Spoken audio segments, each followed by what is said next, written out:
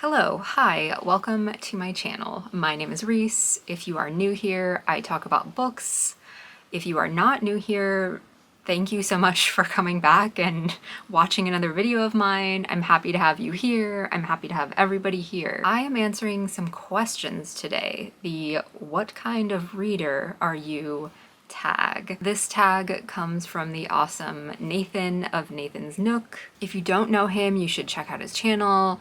A lover of good books, good movies, art, all things cool, I think, honestly. Anyways, these are some fun questions about, let's say, the act of reading, not necessarily what I am reading, which is normally what I talk about here, but more like the habits and all of the things behind reading. If you're watching this, consider yourself tagged because this was a fun one to think about and I think could be entertaining. So yes, if you're watching this, consider yourself tagged. Also, if you have a booktube channel and you want to respond to this tag, let me know, tag me or comment, I guess. How do we do this? Yeah, comment. I would love to watch it. I'm always looking to expand my little bubble of booktubers that I watch, so please let me know. Let's be friends on booktube. I'm gonna jump right into the questions. Let's go. Number one, do you have a certain place at home for reading? No, I don't have a dedicated, like, place that I read, like a reading nook or anything, but I do pretty much read a lot on our couch, and I always sit on one side of the couch, which I think is normal. So yes, that's probably the closest thing I could say to like dedicated, but I watch TV there too, and like I just hang out there, so it's not like solely for reading. The other place I read is in bed before I go to sleep. I guess that's pretty normal, standard. And then now that it's summer, I do like to read outside. But at the heart of this question, is there a certain place? No, there is not just one, and it is not solely for reading. Question 2, bookmark or random piece of paper? And I'm gonna answer this question last because I want to share some of my bookmarks, which I guess is sort of answering the question. But yeah, let's talk about it last.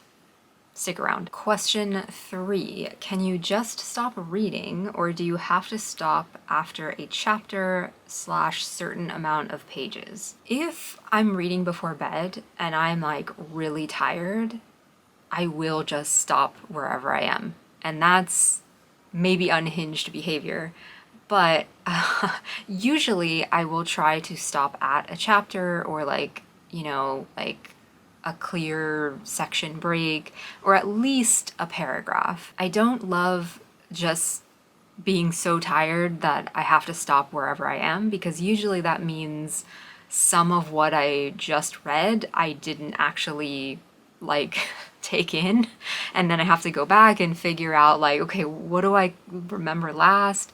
So generally my best practice for me would be to stop at a chapter or at least a paragraph. Question 4, do you eat or drink while reading? I don't like eating while I'm reading because things can get messy. But I will drink coffee, wine, tea, like I'll drink while I'm reading. I mean, a beverage and a book, that sounds delightful, right?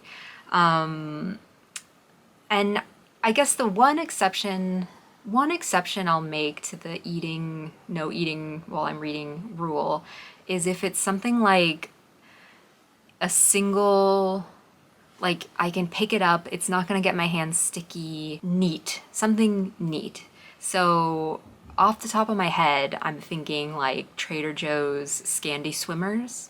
Like you can just take one, you can eat it, have a little dish. You can tell I really want to go to Trader Joe's today. But I probably won't.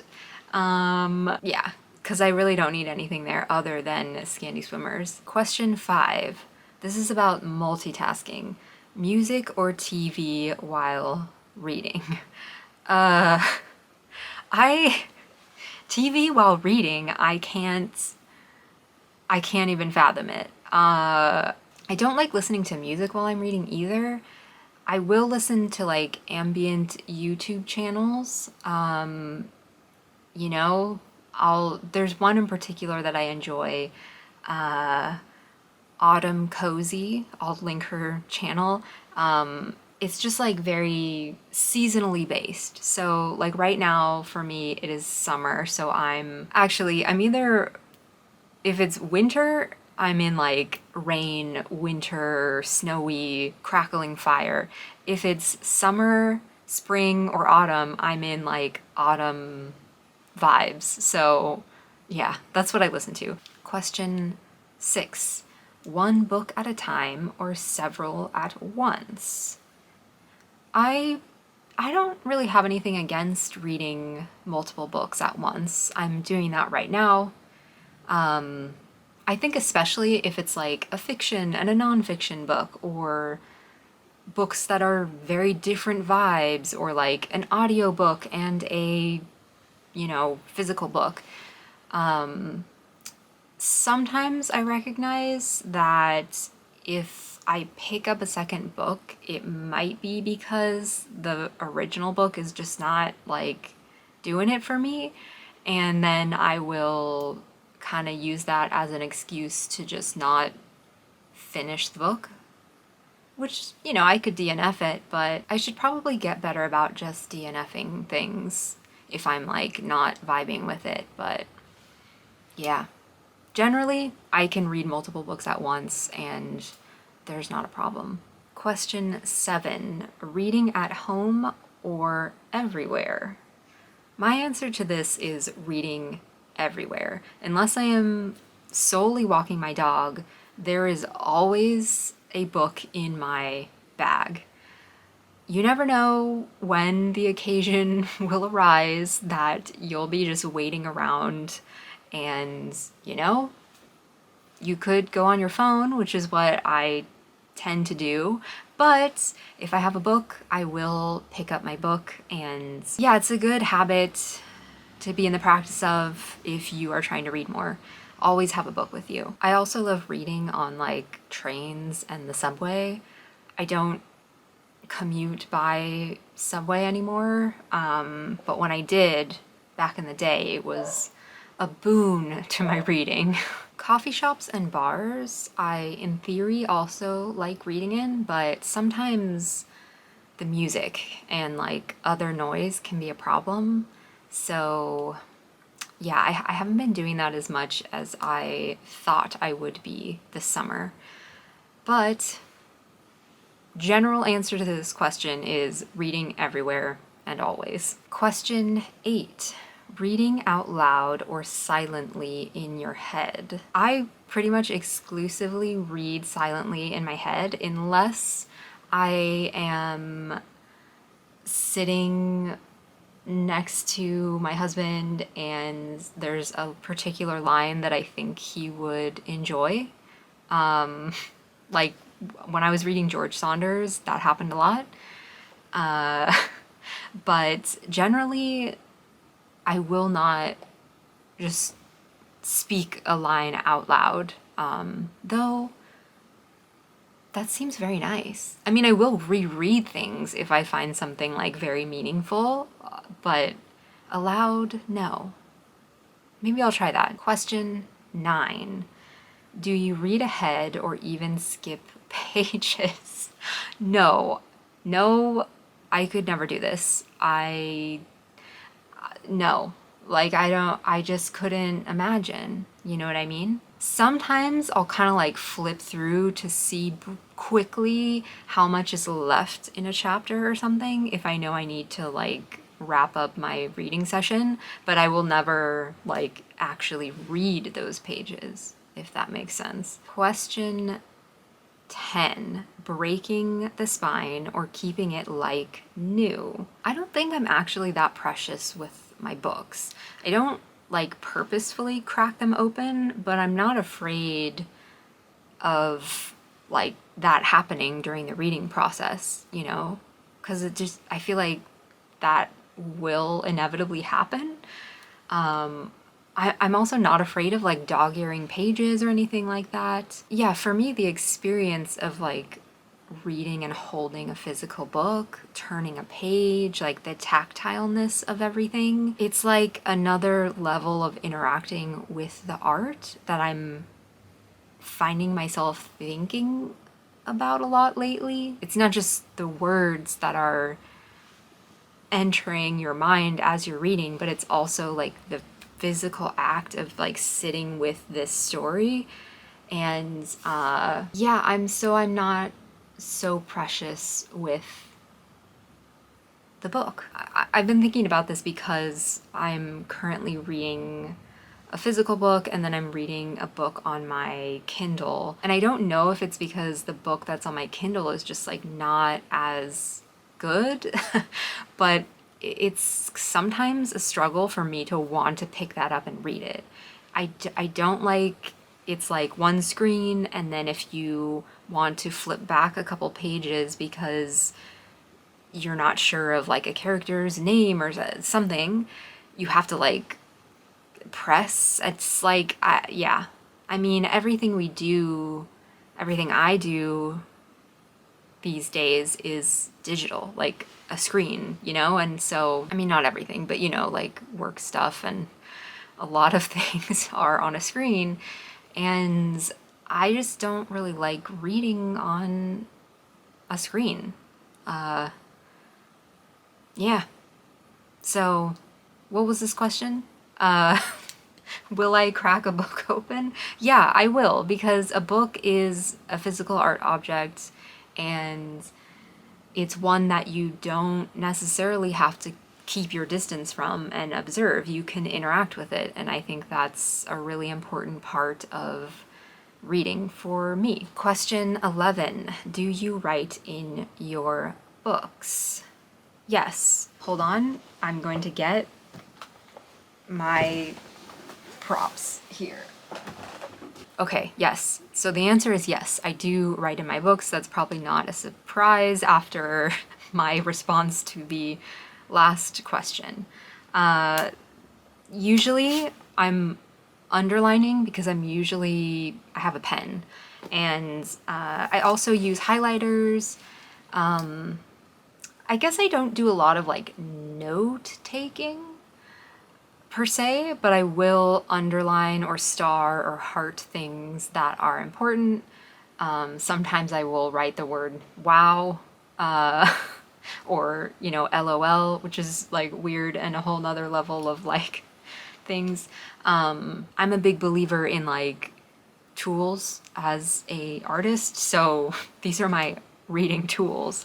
We have a Muji pen, 0.5 black. This is the click top kind. Aesthetically, I prefer the ones with the caps, but I do not like the way the caps sit on the pen. We're getting real granular here, and I hope at least somebody appreciates this. And also when I went to Muji, because I had to re-up on my pens, they only had these, and I discovered, you know what? I don't like the look of them as much as the ones with the caps, but functionally, these are kind of better. So yeah, this is my pen of choice. I use this for everything. Next is my highlighter that I've been loving lately, which is this midliner. Am I gonna do that? Yeah, okay. Midliner. It has like this chisel end, which is nice. And that's what does the highlighting. And then it also has this fine tip end, which sometimes I will draw little hearts or, maybe sometimes I'll underline things with this. Did I mention I like this color? It's like a grayish gold. Tools of choice. On the topic of notes, so I don't take a lot of notes on the pages of a book, but I will mark them up. One thing I've been trying to do more lately is write in a book journal. Every time I start a new book, I will start a new section, page, half a page, whatever, and I will jot down notes. I used to write notes in my phone, but I realized that if I'm reading and then I pick up my phone, there's a 50% chance that I will wind up on my email or Instagram or whatever else. So the book journal was introduced a couple months ago, maybe, and I write notes in here. That's what helps me, make videos, because then I'll refer back to some thoughts I had. That was the last question, but I promised a bookmark tour. Back on question 2, yes, I use bookmarks. In the past, I've used pieces of paper, but I don't love it as much as a bookmark. And when Nathan did his video, he shared some of his bookmarks, and I thought that was really fun, so I'm doing that too. Where should we go? Okay, first bookmark that I love using, the Powell's bookmark.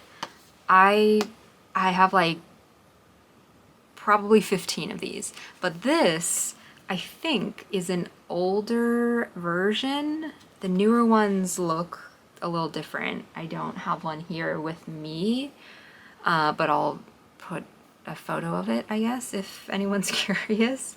Yeah, gotta have these.